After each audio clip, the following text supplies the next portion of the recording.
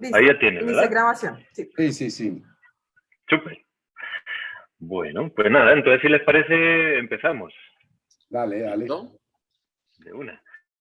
Bueno, pues muchas gracias de nuevo por aceptar la invitación a nuestra conversación del número de la Revista Internacional en Comunicación y Desarrollo, de este primer número de 2022.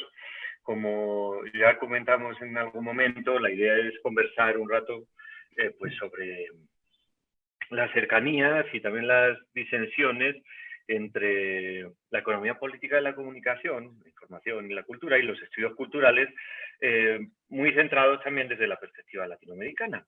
Un poco el número que está organizado pues, por la revista y por el doctorado en comunicación, lenguaje e información de la Javeriana, quería precisamente ahondar un poco en esa situación, cómo se encuentra hoy en día toda esa tensión y esa relación histórica, muchas veces muy conflictiva, pero que también ha tenido unos encuentros muy interesantes, y yo creo que lo hemos hablado en algunas ocasiones también, y ver y conocer sobre todo pues la perspectiva de dos referentes, en este caso de la economía política y de los estudios culturales, como son Guillermo y como son Omar. Entonces, si les parece, podemos empezar, como habíamos hablado, son 3 bloques temáticos en los que pues, cada uno puede intervenir brevemente y también comentar un poco lo que el otro diga para empezar también a generar esas sinergias en el diálogo. El primer bloque, como les compartí, tiene como pregunta central cómo entiende cada uno de ustedes la economía política de la comunicación y los estudios culturales. No sé quién de los dos quiere empezar. ¿Se anima a empezar? Guillermo, pues de una. Siempre generoso, man. Entonces, bueno, a ver, yo creo que un poco contestando tu introducción, más allá de qué entiende cada uno, que después me voy a referir, creo que es cierto que en el pasado hubo desavenencias y hubo, y yo creo que ese tipo de desavenencias entre estos dos campos de estudio fueron distintas según se tratara de Europa o de América Latina, por el distinto recorrido que tuvieron los campos en cada lugar.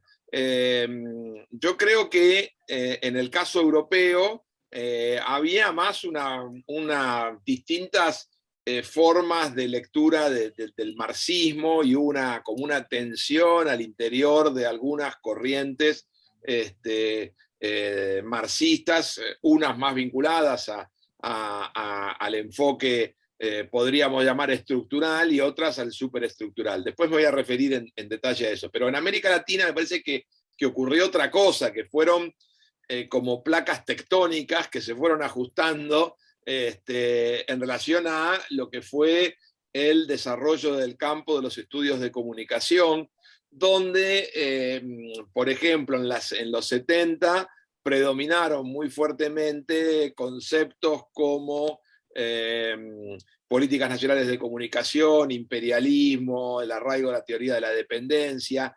Y hablo de esto porque ahí no solo era una discusión entre marxistas, sino que, digamos, la discusión era bastante más amplia, ¿no? No todos los que estaban en el campo de las políticas de comunicación abonaban a la idea del marxismo, había gente que venía de la teoría del desarrollo, entonces era distinto, ¿no? Pero lo que quiero decir es que efectivamente los fines de los 60 y los 70 estuvieron muy marcados por, digamos, un análisis crítico de las estructuras de comunicación.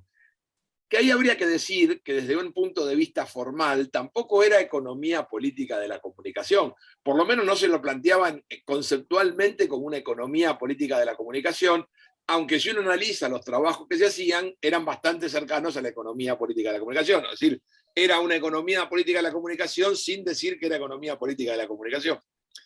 Y insisto, desde mi punto de vista, con una perspectiva conceptual y teórica bastante más amplia que la de la propia economía política de la comunicación. Yo creo que en esos momentos digamos que hay que entenderlo en el contexto político latinoamericano, donde en gran parte los trabajos teóricos estaban estrechamente vinculados a procesos políticos llamados de una manera muy genérica de liberación o de ruptura con las estructuras de poder previas, digamos, de intento de ruptura con las estructuras de poder previa. Yo entiendo que lo que ocurrió es que en muchos casos los trabajos, digamos, académicos de investigación estaban más supeditados a una cuestión política, digamos, ¿no? Era inescindible la política de lo conceptual teórico, y en ese sentido, en muchos casos, muchos trabajos estaban más destinados a justificar acciones políticas que a un desarrollo teórico conceptual. Digo todo esto porque en los 80, en los 90, vino una reacción contra ese tipo de trabajos, sobre todo aquellos en los que, de alguna manera, para decirlo de una manera sintética, aceptaban acríticamente el concepto de manipulación, aceptaban acríticamente una estructura de poder de los medios que era como unidireccional, ¿no? El que tenía los medios controlaba las estructuras de pensamiento, y vino una revisión fuerte de todo eso, primero desde las teorías de la recepción, que desde mi punto de vista no tuvieron tanto impacto, pero sí después desde una línea de estudios culturales que yo diría que empieza a consolidarse como hegemónica en el campo de la comunicación en América Latina a partir de la mitad de los 80, y va a estar desde la mitad de los 80 y todos los 90 como corriente predominante, que yo incluso que de alguna manera formatea la mayor parte de los programas de estudio de las carreras de comunicación en América Latina, digamos, como una línea que llega, se queda y tal. Esa línea, obviamente, era bastante reactiva, tenía bastantes disidencias con lo que había sido lo que podríamos llamar la línea determinista anterior, el proceso de lectura bastante acrítica que se había hecho, acrítica en el sentido de aceptar acríticamente ese poder de los medios. Y hay una reivindicación de otros aspectos de la comunicación que son muy importantes. En ese momento yo entiendo que quienes hacían o estaban cerca de unos pensamientos de la economía política se sintieron como desplazados o se sintieron como, como que quedaron en una posición minoritaria, y en algunos casos sí como que sus propuestas fueron vistas como atrasadas teóricamente y que tenían que ser revisadas. Pero así como digo todo esto, creo que ya a partir del siglo XXI, es decir, del fines de los 90, se ha aprendido a convivir, y yo creo que digamos, que quedó demostrado que algunas de las afirmaciones que se hicieron en los estudios de los 70 necesitaban ser matizadas. Creo que el aporte de los estudios culturales fue importante en ese matiz, digamos, para complementar los estudios de economía política. Y bueno, y después son dos campos de estudio que, digamos, si bien pueden partir de una matriz teórico-política común, luego cada uno pone énfasis en algún aspecto más que en otro, y eso es normal, porque digamos, no se puede investigar todo el tiempo, y hay teorías que ponen énfasis en algunos aspectos, en este caso de la economía política, para decirlo de una manera sintética, en la estructura, y otros que ponen énfasis en otros aspectos, como si tuviera que decir de manera muy genérica los estudios culturales, en los procesos de comunicación popular, la manera de comprender la comunicación que se da en los entornos populares.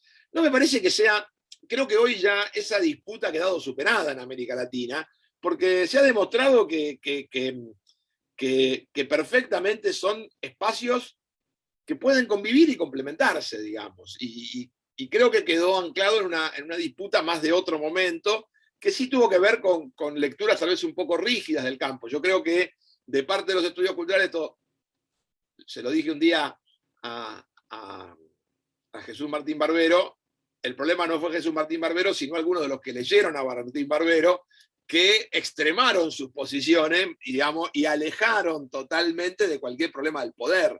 digamos, cuando en los textos de Barbero el poder siempre está presente, ¿no? O sea, que no, ahí hubo algunos trabajos muy celebratorios de lo popular, que bueno, que parecía que cualquier cosa popular era per se liberadora y per se crítica, y bueno, y ahí la economía política a veces puntualizó, miren, pero yo insisto, creo que hoy todo eso es como un debate que ha sido un poco superado en los hechos y lo demuestra incluso desde la institucionalidad. Ambas corrientes están constituidas, se expresan y en los congresos también dialogan. Entonces me parece bueno, que hoy por suerte esa división ha quedado superada.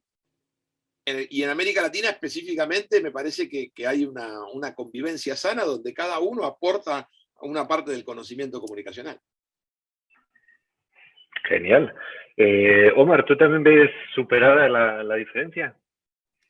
Pues yo creo que pues aquí opinar, reconozco, gracias por la invitación, Juan, y Guillermo ha estudiado el campo mucho mejor que yo soy como un outsider, entonces casi que lo que tenga que decir, digamos, escribo a esa separación inicial. Yo lo que creería es que en términos, como lo plantea Guillermo, sí están, digamos, integrados, articulados, negociados. Pero yo creo que en la práctica, cuando yo preparaba lo que tú nos dijiste, yo dije, hice como un mapeo de lo que yo creo, de mis prejuicios, y me daba como totalmente distinto. Yo, por ejemplo, si partiendo de definir, yo diría que la economía política y la comunicación se mete, intenta investigar, criticar, analizar, comprender el capitalismo real, el capitalismo de material, del dinero, el financiero, el control de la propiedad y una cantidad de cosas, con un capitalismo real. Y en cambio, los estudios culturales yo creo que se mete más con un capitalismo cognitivo simbólico de los contenidos. Yo haría una diferencia ahí, que digo ahí como que son dos lugares de donde yo no encontraría que hubiera tanto en común porque pareciera que cada uno se especializara en eso. Dentro del estudio de la economía política y la comunicación, yo, por ejemplo, pondría que, haciendo un mapeo rapidísimo, decía, ¿qué le interesa estudiar? La propiedad de los medios y las empresas digitales en el horizonte de la concentración o democratización de la comunicación, los modos y modelos de negocio, cómo se hace el negocio de la comunicación, los flujos de información y ahora los de brecha digital, las disparidades que hay para eso, las relaciones entre las empresas de medios y digitales y la libertad de expresión, la democratización de la comunicación a través de la libertad de expresión y de la propiedad, y lo que tiene que ver con políticas públicas y leyes respecto al fomento a la propiedad de los medios, el fomento de libertad de expresión. Entonces yo encontraba como un universo muy claro, muy establecido, claramente establecido, mientras en los estudios culturales yo encontraba otra cosa totalmente distinta que muchas veces no toma tan duro el dato de la economía política de la comunicación, que creo que con gente como Guillermo, como Gustavo Gómez, como el mismo Becerra, en América Latina se ha especializado en dar dato fuerte de eso, de darle consistencia a ese campo. En cambio, en estudios culturales se tiene como es capitalismo cognitivo simbólico, se tiene como un enemigo, como hablaba el mismo Guillermo, como un enemigo abstracto que quiere manipular y dominar. Entonces, en ese capitalismo cognitivo simbólico de los estudios culturales, pues yo ponía que pues les interesa estudiar el colonialismo simbólico, que antes se llamaba imperialismo cultural, del norte occidental blanco, macho y religioso, la crítica fundamental a la cultura mainstream, pop, Disney, Hollywood y todo lo que es cultura popular, pop en Estados Unidos y popular masiva en América Latina, la reivindicación de algunas cosas de lo popular, no de todo, el estudio de la representación de lo otro, llámese mujeres, diversidad sexual, indígenas, afro, latinos, que hace parte de eso, la construcción de narrativas y estéticas sobre asuntos específicos como las violencias, América Latina, Colombia, el narco, y en últimas como todo ese asunto de la educación sentimental del ciudadano.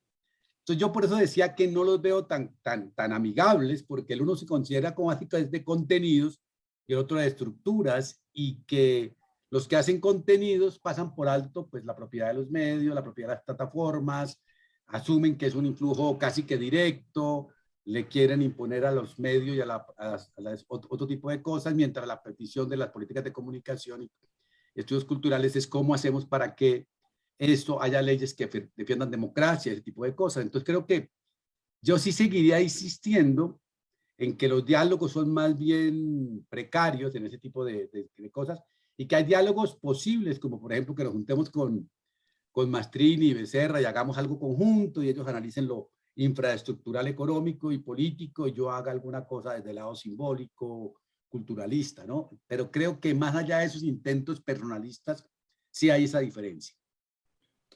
Yo quiero aclarar una cosa. Cuando yo decía que son complementarios, no es porque no haya diferencias. Yo coincido en las diferencias que ha puesto Omar en cuanto a objetos de estudio.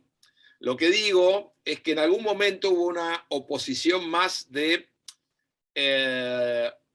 como de negación del otro, en términos de existencia en el campo, como que no era productivo para el campo que el otro existiera. Cuando digo el otro es o que la economía política existiera o que los estudios culturales. Para decirlo de una manera, lo que yo planteaba es que en determinado momento de la historia la economía política rechazó los estudios culturales y los estudios culturales rechazaban la economía política. Yo creo que eso es lo que fue desapareciendo, no las diferencias de perspectivas, que coincido con digamos, por eso digo, el énfasis que cada uno pone en el recorte del objeto claramente es diferenciado.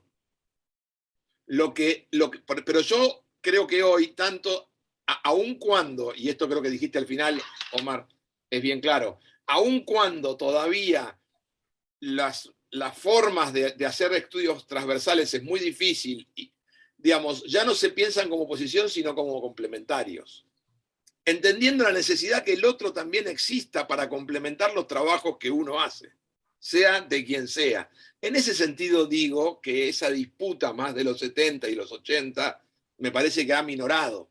No en que se hayan juntado y que hayan desaparecido las diferencias. Para mí las diferencias siguen estando en el objeto, sobre todo en las metodologías, sobre todo hay un montón de diferencias ahí, pero no están, digamos, pero como que antes eran más enemigos y ahora son primos hermanos. Saben que están ahí cerca y cada uno trabaja en lo suyo. No se juntan, salvo para algún cumpleaños eventual, digamos, pero se toleran, digamos, ¿no?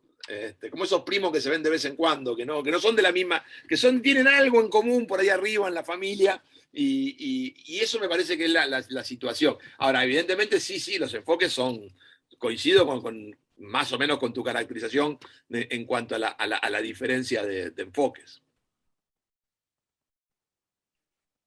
Y yo creo que, perdón, y quería agregar una cosita más, disculpa, pero sí creo también, Omar, que empieza a haber algunos, por ejemplo, a partir de los estudios, digamos, de género, los estudios de género empiezan a ser mucho más transversales que otros aspectos, digamos, ¿no? Por ejemplo, yo conozco ya mucha gente que en la economía política está estudiando estructura, género, y que a su vez lo relaciona con los procesos de dominación, que vendría más de los estudios culturales.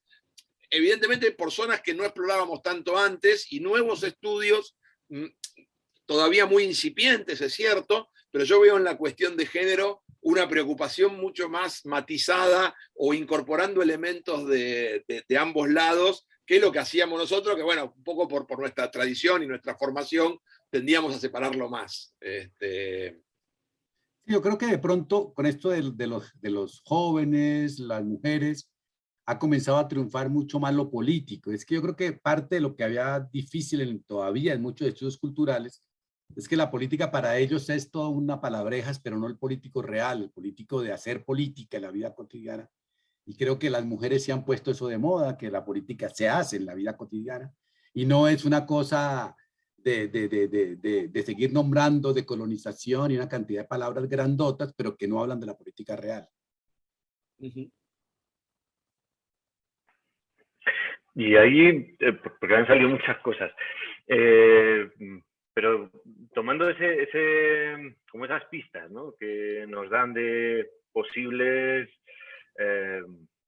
posibles lugares comunes entre ambas perspectivas que creo que hay como un cierto consenso en que son una crítica de un sujeto que entra, digamos, desde una perspectiva cada una distinta.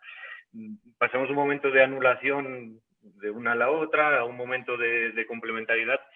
¿Es posible una interacción entre ambas? ¿Es posible una integración, más bien, entre ambas perspectivas críticas? ¿Lo encuentran en algún lugar, como decían ustedes ahí en el tema de la teoría de género, en el tema de la preocupación por lo político, pero también sobre esa realpolitik, ¿no? ¿Dónde podríamos encontrar esos lugares hoy de integración entre ambas críticas? No sé si de integración. Yo veo, insisto, preocupaciones que incluyen ambos factores. Creo que esto que definió Omar de lo político es un punto de encuentro, digamos. Efectivamente, ¿no? O sea, para la economía política siempre lo político fue un problema, digamos, los factores de poder. Y efectivamente, tal vez para los estudios culturales, en determinado momento, especialmente en América Latina, insisto yo mucho con algunas cuestiones, yo creo que hubo una versión light de los estudios culturales en determinado momento, sobre todo no sé, en los 90, en América Latina, y creo que eso se ha ido politizando también, que se ha ido, y creo que hay ahora muchísimos trabajos que empiezan a considerar, ¿no? Los aspectos, digamos, de la vida cultural cotidiana, pero incluyendo la perspectiva del poder. Y ahí me parece que sí, que efectivamente hay un punto donde se empiezan a tomar referencias cruzadas, aunque yo, insisto, creo que es un camino muy incipiente, muy, digamos, y que hay sí un tema, ¿no? que yo creo que sigue siendo una barrera y que es la metodología que utilizamos, porque utilizamos metodologías bastante diversas en los abordajes y eso somos más lentos todavía para bajar nuestras mochilas de bagaje metodológico y asumir que podemos utilizar otras herramientas a las que no estamos tan acostumbrados. Uno es como más cómodo generalmente, sobre todo los que ya tenemos bastantes años de recorrido, y me parece que ahí un poco va a ser las generaciones más jóvenes las que tengan que decir, bueno, ¿cómo puedo hacerlo? Si es que tienen la voluntad de hacerlo también. Yo no sé hasta qué punto, porque, a ver, es un poco, es una digresión en parte lo que voy a decir, pero sí cada vez me preocupa más. Creo que el problema de las generaciones jóvenes es que habría que hacer una economía política del sistema universitario hoy en día, y están contaminadas por la mercantilización del sistema universitario. Entonces, en esa dinámica, la discusión teórica, la discusión conceptual, muchas veces queda relegada, ¿no? Y es más a ver cómo me sumo a un proceso, cómo me sumo a una dinámica que ya está bastante... Y creo que a veces no hemos reflexionado también lo suficiente sobre la economía política del propio sistema educativo, ¿no? Yo creo que el problema básico es lo que dice Guillermo, y también es que es muy difícil porque metodológicamente van en mundos casi como opuestos, o sea, y si no lo digo metodológicamente, también hay, yo por una de las cosas que creo en los estudios culturales, es que todo el tiempo critican los medios, las redes digitales, pero no las conocen, no les interesa conocerlas. Y por ejemplo, no les interesa conocer cómo es que funciona el negocio, no les interesa conocer cómo es que funcionan las lógicas narrativas, no les interesa el producto abstracto para analizarlo y no meterse en la cocina de este tipo de cosas. Entonces, eso hace que metodológicamente sea más difícil y que, digamos, que tengan lugares de mirada distinto. Pero pensando así rápido, en común, pues está lo político. Yo creo que hoy los estudios culturales o piensan desde lo político, o son estudios culturales muy interesantes para divertirse en el café, pero que no tienen incidencia en la conversación colectiva. Yo creo que los estudios culturales tienen que cada vez asumir más lo político, el real político, y más con el estallido social de América Latina.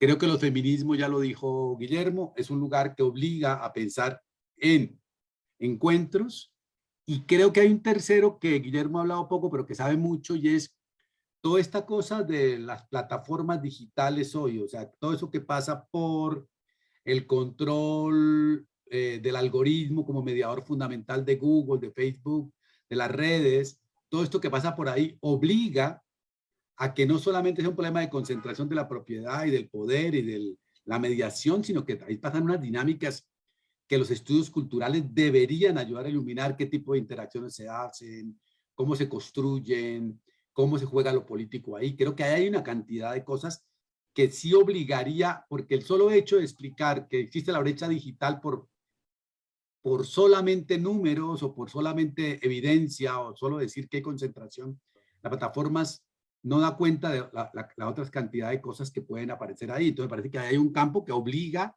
sí o sí. Yo, por ejemplo, he visto estudios muchos de las redes digitales que los hacen muy críticos, pero yo digo, le siguen aplicando categorías que usaban para los medios de comunicación clásicos y ahí no hay caso. O sea, eso implica, mismo para ustedes, lo de economía política, les significa mucho repensar de nuevo qué es concentración de propiedad, cómo democratizar esa comunicación en términos nacionales, en términos regionales. Creo que ahí hay un tema que obligatoriamente tendría que comenzar a trabajar mucho más eso.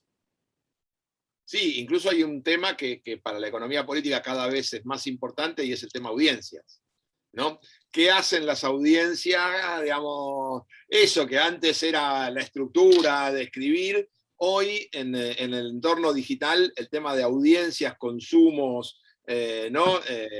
Usos y consumos para retomar algo que le gustaba a Jesús, eso me parece que también es un punto de acercamiento tímido. Insisto, yo creo que son todos elementos que están como empezando, con problemas, pero es decir, yo noto en la gente que trabaja economía política una mayor preocupación por las audiencias, por el problema de qué se hace con lo que hacen los medios, o qué se hace con lo que hacen las redes, qué se hace. Esa preocupación antes estaba mucho menos presente, me parece. Y yo lo sacaría de solo el tema de audiencias y lo pondría mucho más que lo que se requiere cada vez más es consumos culturales, es la diversidad de consumos que tenemos y cómo usamos eso. Totalmente. Seguir estudiando audiencias de Facebook es como volver al viejo medios. Hay que estudiar, es como un ecosistema de especies que construyen estilos de vida. Y esos estilos de vida se vuelven conservadores, por ejemplo, muy en las redes, pero muy conservadores, o estilos de vida muy rebeldes, pero de computador, o estilos de vida. O sea, creo que hay un tema súper interesante, pero yo abarcaría mucho más por el lado de consumos culturales, donde entraría en músicas, donde entraría eso que llamaba antes era lo popular y antes lo pop, y todo eso cruzándose, creo que requiere una articulación también hasta por lo económico y político, porque ¿qué consumimos? Depende de mi acceso económico para poder consumir. O sea, hay muchas cosas de esas que se pueden juntar obligatoriamente, porque si no, no da cuenta. Sí, sí. Sí, yo dije audiencias pensando en consumo, perdón. No, es porque simplemente creo que la discusión que Guillermo plantea es interesante. Yo, por ejemplo, he sido muy crítico de los estudios de audiencia, creo que sirvieron un tiempo, pero decía que mientras los estudios de audiencia no sirvan para analizar la estructura y la producción, pues quedan como un ámbito casi que conformista. La gente hace esto con los medios, con las redes. Y eso pues está bonito, pero no tiene ninguna incidencia. Entonces me parece que sí hay que pensar más en una acción mucho más orgánica, pues que llamaríamos consumos culturales, donde no se consume un medio en abstracto. Los estudios de audiencia clásico analizan consumo de telenovelas. Hoy en día yo creo que eso no se puede, porque la telenovela la podemos ver por Telegram, pero también por plataforma, pero también son rituales totalmente distintos, con acciones distintas, y creo que la pregunta de por qué un joven hoy ve Betty la Fea en una plataforma o en Telegram, pues es interesante y se sale de todos los estudios de audiencia clásicos que hacían.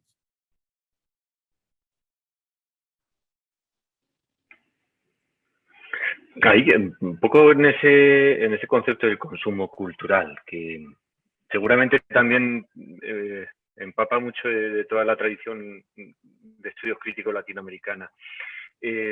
Claro, han salido muchas cosas que también nos determinan un poco el tema de la evolución de esas corrientes de pensamiento, porque ustedes hablaban ese primer Martín Barbero preocupado por el poder y esa lectura desde el propio autor, ¿no? Que retomaba también muchos elementos de la estructura y de la importancia de la estructura, el desarrollo de conceptos como el imperialismo cultural de Luis Ramiro Beltrán, que parte de un análisis también estructural de la situación de desigualdad, ¿no? en América Latina. Hay como también ciertos encuentros, ¿no? en la historia que también desmienten un poco esa negación o esa relación, sí, en términos negativos de una a la otra, ¿no? Siempre, y seguramente América Latina ha sido un lugar muy importante precisamente por términos de diversidad, tanto de producción cultural como de consumos culturales, ¿no? Pensándolo desde un lugar al otro. ¿Cómo ven que han evolucionado en ese sentido, pues desde esas primeras disputas de los años 60 y de la crisis de los paradigmas hasta ahora, tanto la economía política como los estudios culturales? ¿Y cuáles creen, en todo caso, también que han sido, pues, en cierto sentido, sus principales logros, pero también cuáles son las principales dificultades que confrontan cada una, para también entender si es realmente que unas pueden ayudar a las otras a resolver los problemas que históricamente han venido arrastrando? Bueno, desde la economía política yo creo que efectivamente lo que se evolucionó, si tuviera que decir, insisto con una cosa que para mí es importante, lo dije antes, pero podríamos discutir desde cuándo hay estudios de economía política en la región. Quiero decir, desde mi punto de vista, la formalización del campo de economía política es algo de la segunda mitad de los 90, no antes. O, digamos, antes había estudios de políticas de comunicación, algo de estudios de estructura, poco, porque si uno lo va a ver, lo que había en realidad, desde mi punto de vista, y eso creo que sí que fue que lo afectó mucho a este tipo o a esta corriente de estudios, era un análisis estructural de la economía con el objetivo de justificar una lectura política. Pero no había estudios de economía política, ¿se entiende que no es lo mismo? Es decir, se utilizaba instrumentalmente la caracterización económica de los grupos para desde ahí derivar o inducir la lógica de su comportamiento político de esos medios. Era para mí el primer acercamiento entre economía y política es bastante instrumental, donde la política cumple un rol explicativo de lo que estaba, la economía cumple un rol explicativo de algo que se quería decir a nivel político. Por eso digo que yo entiendo, digamos, las críticas a esa, para mí, son bastante, las críticas que se le hacen a ese modelo, que insisto, que yo, ojo, hoy lo veo, hoy lo visualizo, pero que hay que también entender ese tipo de construcciones que se hicieron en los 70, en el marco político de América Latina de los 70. Quiero decir, tenía una lógica hacer eso.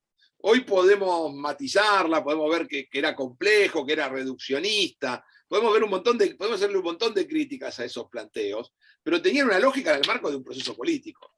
Y por eso yo insistí antes en que lo teórico estaba subordinado a lo político. Y creo que en ese sentido evolucionó la economía política hacia posiciones donde se toma un aparato conceptual con el objetivo de comprender. Y yo pienso en este sentido que la economía política puede ser pensada como una puerta de entrada, como una posible puerta de entrada a estudiar algunos problemas de la comunicación, pero que no puede dar cuenta de ninguna manera de toda la complejidad de la comunicación, que es un aporte limitado y que presenta un panorama general de las estructuras productivas.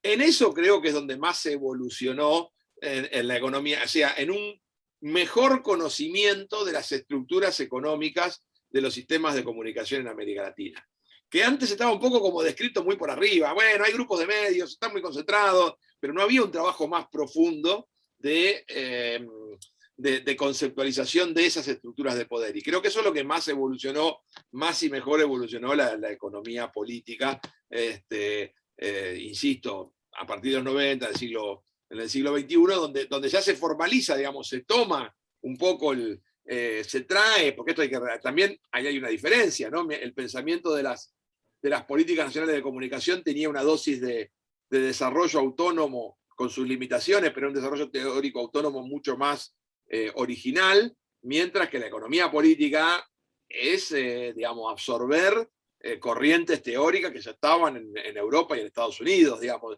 Es mucho menos original la economía política que en las concepciones de políticas de comunicación o de imperialismo cultural de los 70, con las limitaciones que tenía esa originalidad, pero en términos de originalidad, para mí eso hay que resaltarlo. Entonces, si vos me decís una de las dificultades, sí, la originalidad. Yo creo que no hemos sido demasiado originales, más bien hemos tratado de adaptar algunos conocimientos al contexto latinoamericano o aplicándolo a la situación latinoamericana, pero nos ha faltado originalidad, nos ha faltado desarrollo teórico. Creo que hoy también, vuelvo a la de la economía política del sistema universitario, creo que es muy difícil hacer hoy desarrollo teórico fuera de Estados Unidos y el mundo anglosajón. Creo que esto es una realidad. Creo que es algo que también le pasa en parte a los estudios culturales. Tal vez tuvieron figuras muy lúcidas en los 90 que hicieron aportes muy concretos, pero luego no es que tampoco haya una originalidad brutal del campo de estudios culturales latinoamericanos. Entonces, yo te diría que las dificultades están ahí. En los logros me parece eso, en la formalización de una cosa, en matizar, en poner de relieve, digamos, la complejidad de lo comunicacional y no entenderlo con ese determinismo que estuvo tan presente en los inicios. Y me parece que dar cuenta de una estructura, de un sistema, aportando, digamos, al conocimiento de los sistemas de medios de comunicación y hoy en día, por supuesto, de las redes emergentes y las nuevas plataformas, digamos, yendo hacia esos lugares, tratando de hacer buenos diagnósticos sobre las estructuras de poder, que me parece, de poder y medios de comunicación. Yo diría los logros, dificultades, me parece que están en la originalidad, y las dificultades también están en abrirse hacia nuevas zonas. Yo creo que, por ejemplo, una de las deficiencias que ha tenido la economía política en América Latina es el estudio del trabajo. Hemos estudiado poco el trabajo, las formas, digamos, que es una parte de la economía política, sin duda, importante. Hoy empieza a haber algunos trabajos más vinculados a las rutinas productivas, a las formas en que los trabajadores se desempeñan en los medios y redes, pero esa es una zona que había sido de vacancia durante mucho tiempo y que era un punto débil.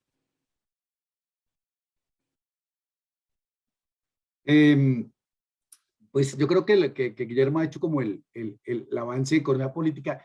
Yo me voy a centrar en el otro, y yo creo que yo tengo problemas con la adscripción que hemos hecho de lo cultural a los estudios culturales. Yo creo que en América Latina lo cultural, para poner alguna cosa, por poner algún lugar a Jesús Martín y toda esta gente, se tomó el campo de la comunicación y constituyó el campo de la comunicación y la política, y cada vez más está presente en eso, o sea, creo.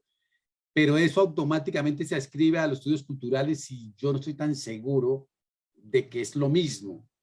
Me parece que lo cultural en América Latina pasa más por lo popular, pasa más por lo político, mientras los estudios culturales pasan mucho más por lo pop y por estudiar el contenido de los medios masivos y la industria cultural masiva clásica. Entonces me parece a mí que ahí sí hay una diferencia distinta. Y yo creo que sí, la evolución es que lo cultural ha evolucionado hasta llegar a constituirse en un campo mainstreaming de la comunicación, y que creo que desde ahí se ha funcionado.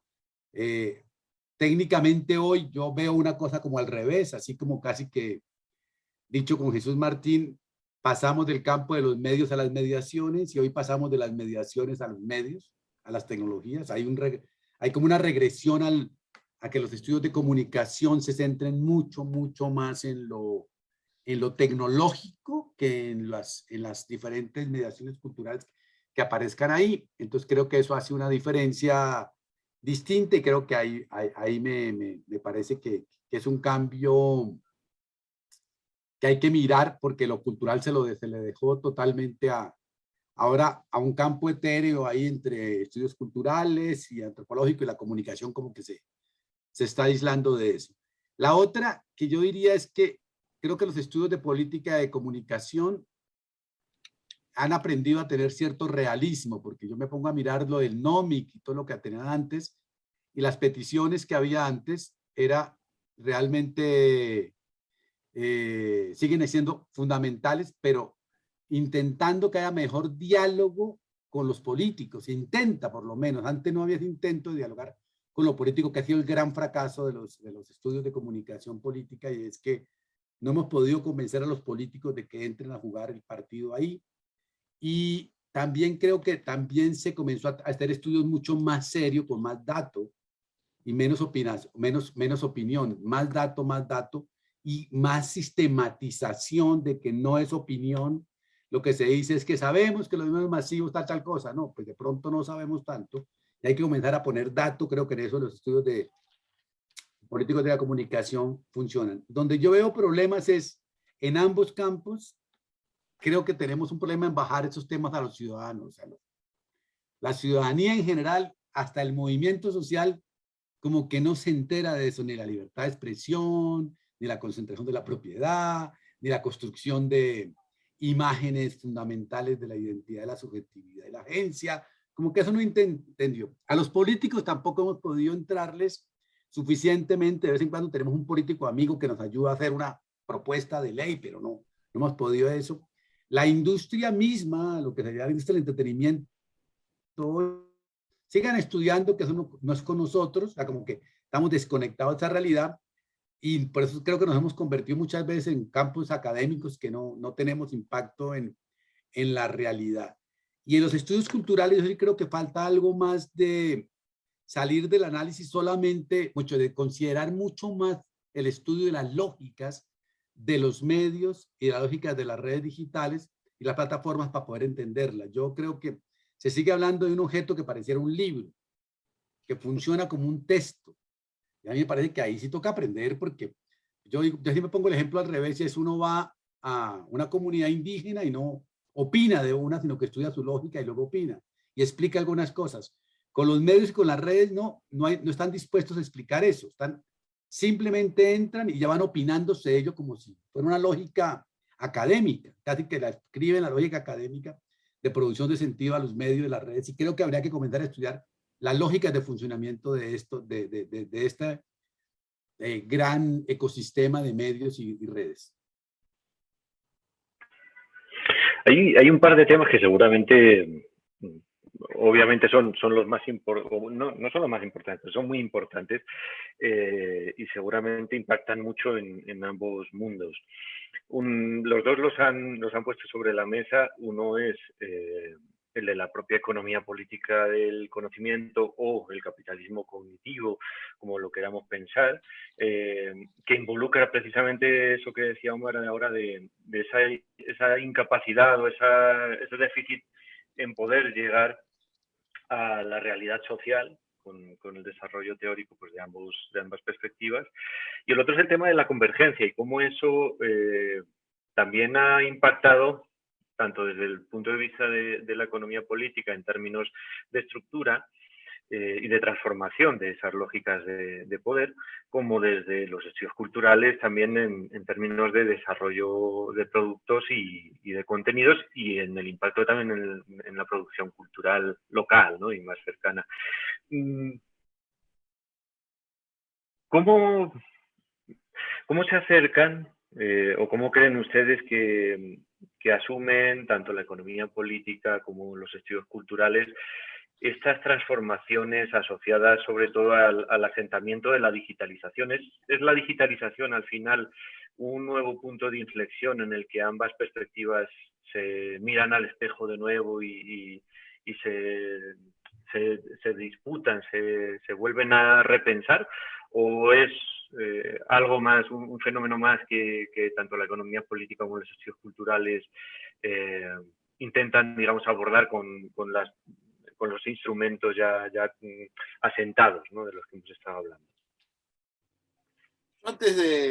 Tengo ahí un pequeño matiz con lo último que dijo Omar en relación a la injerencia. Yo creo que después podemos discutir la calidad de la injerencia, pero los primeros 20 años del siglo XXI, te diría que hubo una discusión en torno al problema de los medios y la política en América Latina como pocas veces en la historia, y como pocas veces en el mundo, te diría.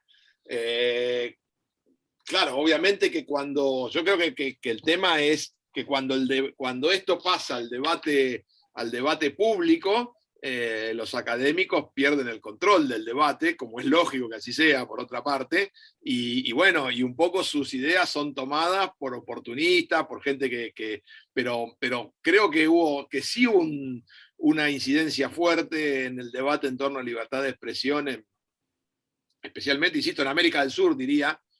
Claro, Colombia es un poco la excepción de ese. Claro, bueno, está bien, pero no. Pero que Colombia sea la excepción no quiere decir que no lo haya habido. No, digamos. pero es que fue Argentina, Venezuela y estos gobiernos que discutieron, y Ecuador, pero no fue. No, y Brasil. No fue. No fue sí, y Uruguay.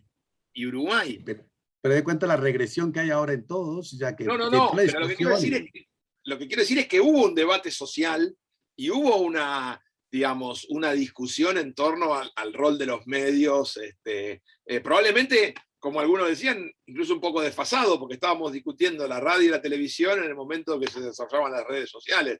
Pero bueno, digamos, esto tampoco, los tiempos de la política no son los tiempos de la academia, esto es claro, digamos, y a veces aparecen oportunidades y se lanza la discusión, y yo creo que fue, digamos, yo siempre digo que si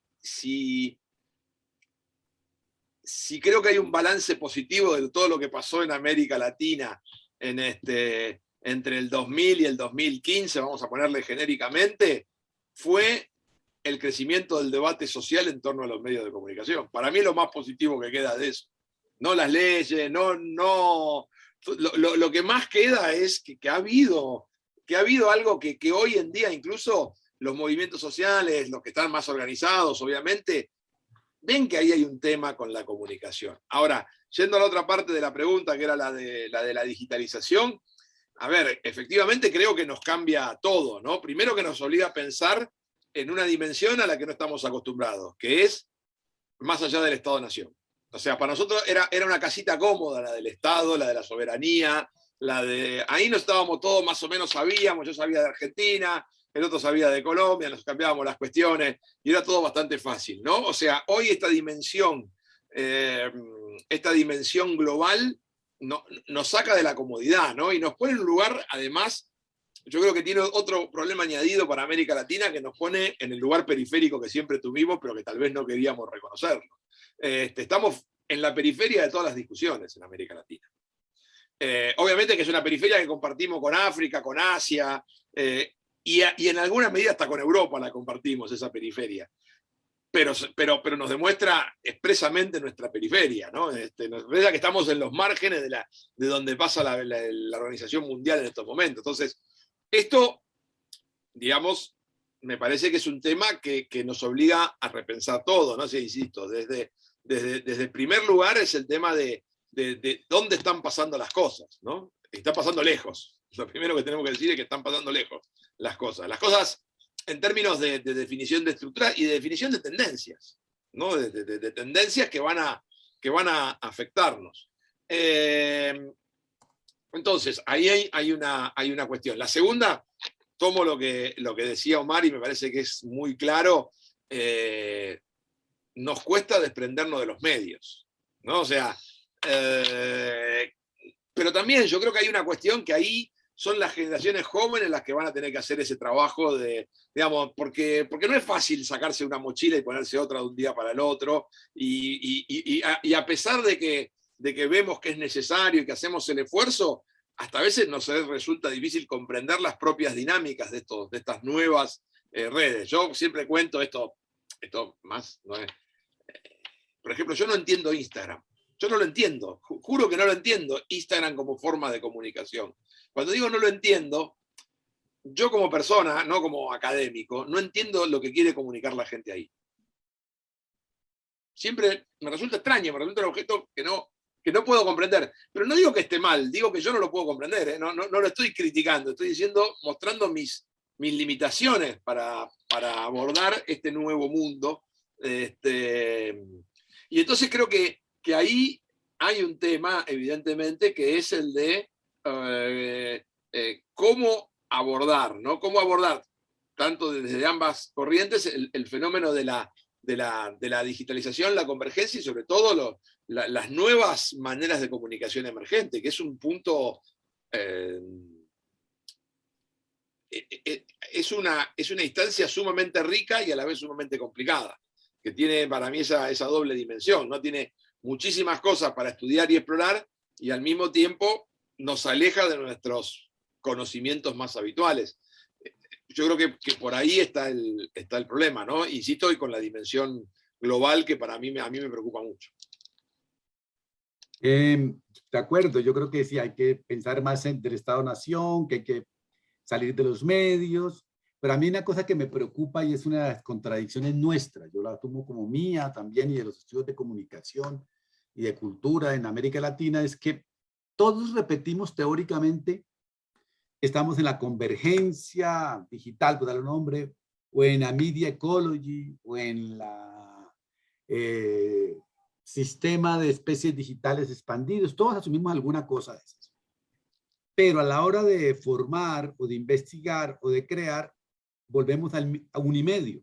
Entonces hay una contradicción clara. Esto obliga a pensar en convergencia y seguimos investigando, seguimos formando, seguimos creando, basados en que volvemos al unimedio, que es lo que sabemos dominar y manejar. Entonces, un currículo de comunicación dice que hay convergencia digital y, sin embargo, hay clase de periodismo escrito, de radio, de televisión, y después llaman una cosa digital, que es donde revuelven todo. Dentro de poco habrá clase de YouTube, de Instagram. Entonces uno dice, o algo está fallando, o el concepto teórico de convergencia no es cierto y no comunicamos orgánicamente, o tenemos que comenzar a pensar que tenemos que formar, investigar y crear de forma convergente. Y ahí obligaría a que, por ejemplo, no podamos seguir investigando en los grupos de investigación que tenemos que juntarnos y hacer en equipo, colectivamente, para poder acordar cada uno de sus lógicas, cómo comprender ese nuevo fenómeno. Con Jesús, pues, una de las cosas que hablamos de que estamos en otras escrituras, y por ejemplo, hablando con él, les dijo que nunca lo dijo, pero yo creo que sí lo dijo, pero dijo que el problema, por ejemplo, de lo digital no era a lo Gutenberg, un problema de distribución, sino era un problema de escritural, era de escribir de nuevo, era una nueva lengua que tocaba aprender a escribir, y que en esa lengua se escribía de manera oral visual, donde la presencia universitaria de lo moderno escritural no tenía ningún sentido. Entonces, seguimos formando escrituralmente tesis de grado escriturales, argumentación escritural, y nuestros estudiantes están en eso que llamamos otra civilización, como la quiera llamar cada cual, en otras escrituras, en otros mecanismos de pensar y eso. Y creo que, pues, si no nos acercamos a comprender eso, así como lo mismo lo decía Guillermo, yo lo digo de otra forma, y es que, pues, somos jurásicos, yo soy Jurassic Park, y me toca desde ahí acercarme sin perder mi criterio. Yo me acerco como un moderno que no logra comprender, pero hacer preguntas críticas para comprender eso y que ellos me enseñen en un diálogo intercultural.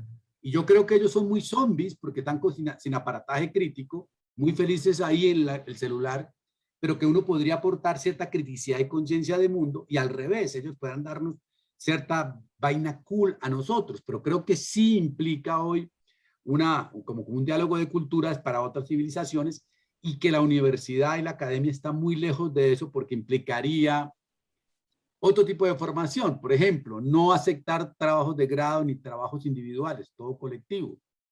No comenzar a trabajar que todo tipo de producción comunicativa es una producción de conocimiento, no solamente la escritural, que habría otras formas de citar. Yo, por ejemplo, me burlo mucho de nosotros los académicos de que ponemos a citar a la gente las páginas web. Entonces tenemos que escribir en un libro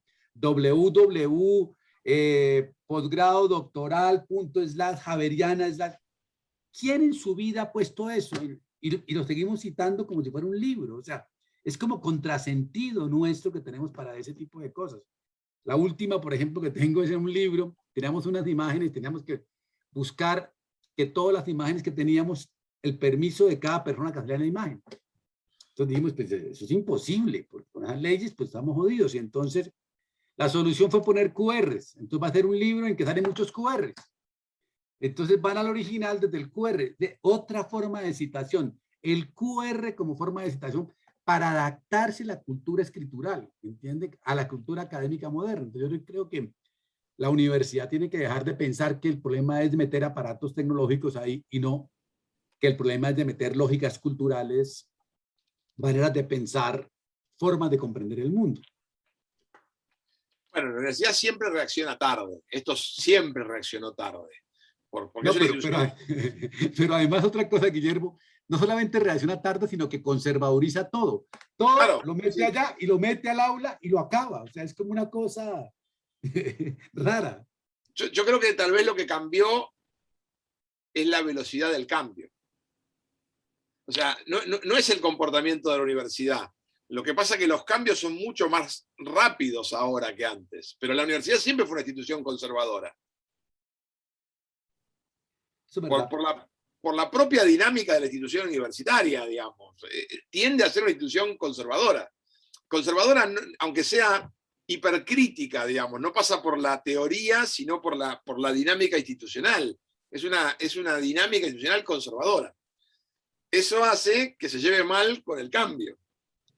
Lo que me parece que vos estás describiendo es que hoy el cambio es vertiginoso. Entonces, lo que antes había un desfasaje, pero era un desfasaje no tan grave, hoy es un desfasaje de choque cultural, como el que vos señalás.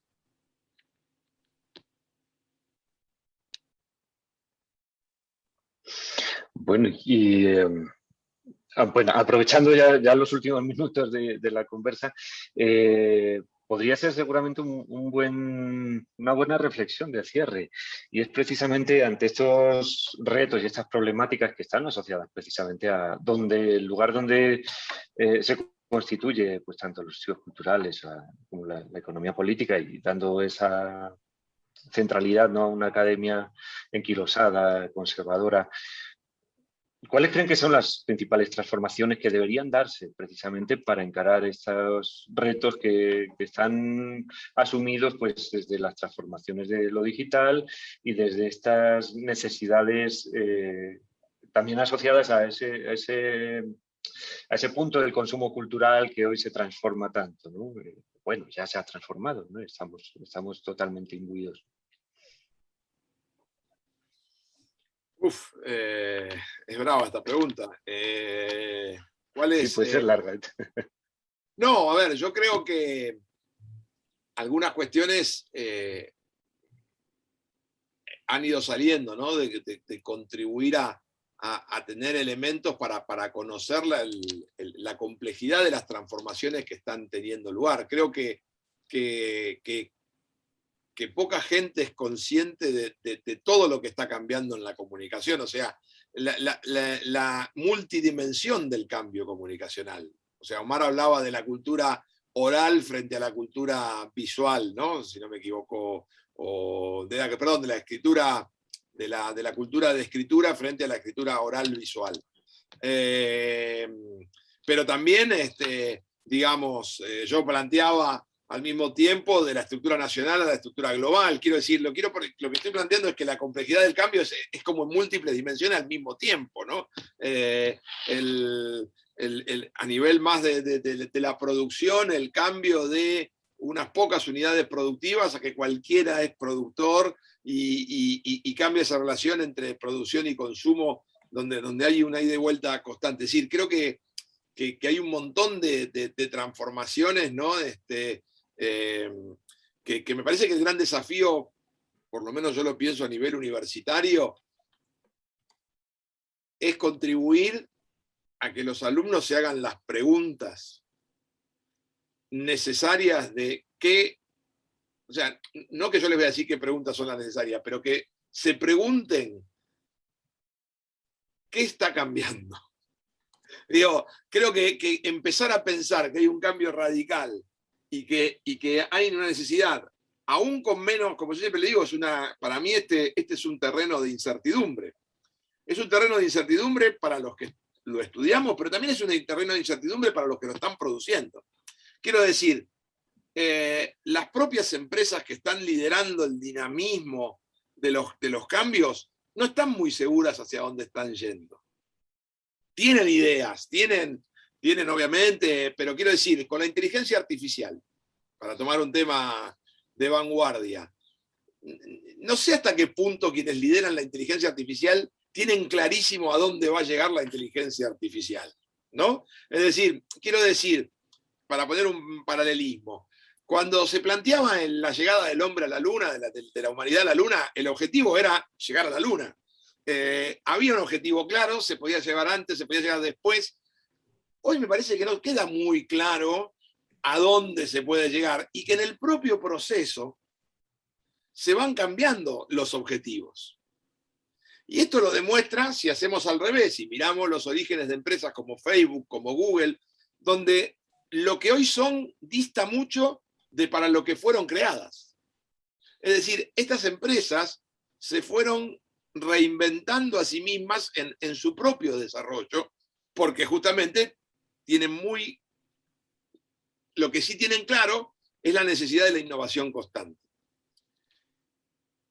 Por eso digo que hay mucha incertidumbre. Yo creo que el principal desafío entonces, de cara a nuestra relación con el futuro y con la gente que nosotros trabajamos, que es la gente de la universidad y los estudiantes, es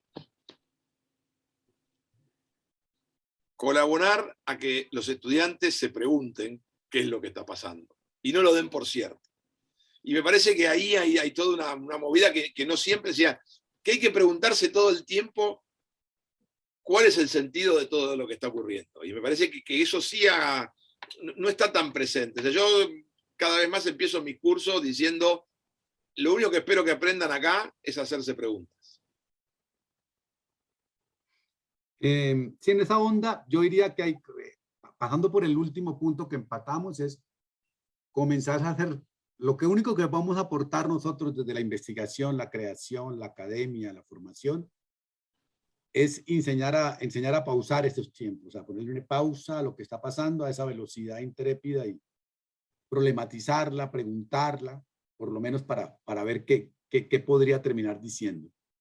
Ya dije uno, que me parece que hay que comenzar a pensar, investigar y hacer en convergencia, que creo que la mutación de la sociedad obliga sí a pensar una universidad distinta. Yo creo que esto lo he dicho muchas veces y la gente no le gusta, pero los estudios de comunicación deben reinventarse porque lo que estamos haciendo no está sirviendo y habría que comenzar a pensar, los mismos estudios culturales no están sirviendo.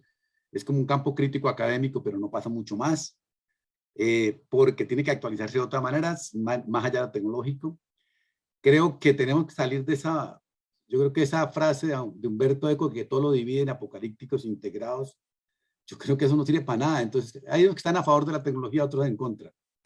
Eso es obvio, es el bien y el mal, el pecado y el derecha e izquierda, nos enseñan un dualismo, y creo que hay que salir de esos dualismos y inquietar esa adoración tecnológica, y creo que ahí es donde está bueno lo que hacemos nosotros, metiéndole cultura, estudios de cultura, para inquietar, que no es de moralismo, no es de blanco y negro, ni de apocalíptico integrado, metiéndole economía, eso, metiéndole política, eso. Creo que ahí eso ganaría muchísimo, porque comienza a ser de otra forma. Yo ya no haría más estudios de audiencia y pasaría a pensar mucho más consumos culturales orgánicos y estilos de vida. O sea, no veo cómo un estudio de audiencia de un medio pueda hoy decirnos algo. También abandonar el otro mainstreaming de los estudios de comunicación, que son los estudios del mensaje y el texto, que la pasan analizando el texto quieto, como si no evolucionara, que pasan 4 años y sale un estudio diciendo lo que hace 4 años dijeron, y pasando a otro lugar y más bien comenzar a estudiar las lógicas estéticas, narrativas, de entretenimiento que tienen esos aparatos. Y creo que eso ayudaría mucho a entender por qué es que seducen. O sea, los análisis de contenido es un análisis de libro y es muy cómodo para el académico hacer eso. Pero creo que por ahí no está pasando los juegos de sentido de los jóvenes. Entonces me parece que habría que hacer ese tipo de cosas. Y por última, yo sí creo que por primera vez tenemos que asumir que la educación, la investigación y la creación es un diálogo intercultural, que es entre culturas que estamos mirando. Así como hay la cultura indígena, la cultura afro, las culturas feministas, hay las culturas digitales y está la cultura nuestra, la jurásica. Pero bueno, todos tenemos algo que aportar en un diálogo y no en una imposición sobre el otro. Bueno, pues no sé si alguno quiere añadir alguna cosita más, o si no, yo creo que es en cualquier caso buen cierre y ha habido muchos temas que obviamente no vamos a cerrar, pero bueno, dejamos ahí sembraditos. Y como les digo, pues la idea es que ahora esta conversación se la enviamos a Ana Segovia y ella también aportará pues otra visión, en este caso, desde el otro lado, ¿no? Desde España. Les agradecemos muchísimo pues, el tiempo y la energía dedicada eh, y lo podemos dejar aquí. ¿Sí? Bueno, Perfecto, sí. gracias. Bueno, muchas gracias, Omar y Guillermo. Bueno, Y ya les estamos listo. enviando entonces todo esto cuando esté ya editado. Perfecto. Dale. Bueno, Bueno, Bueno, gracias. sigan muy bien. gracias. Que estén muy bien. Muchas Descansen. gracias. Buenas Chao. tardes. Chau, Chao, chau. chao. Chao. Chao.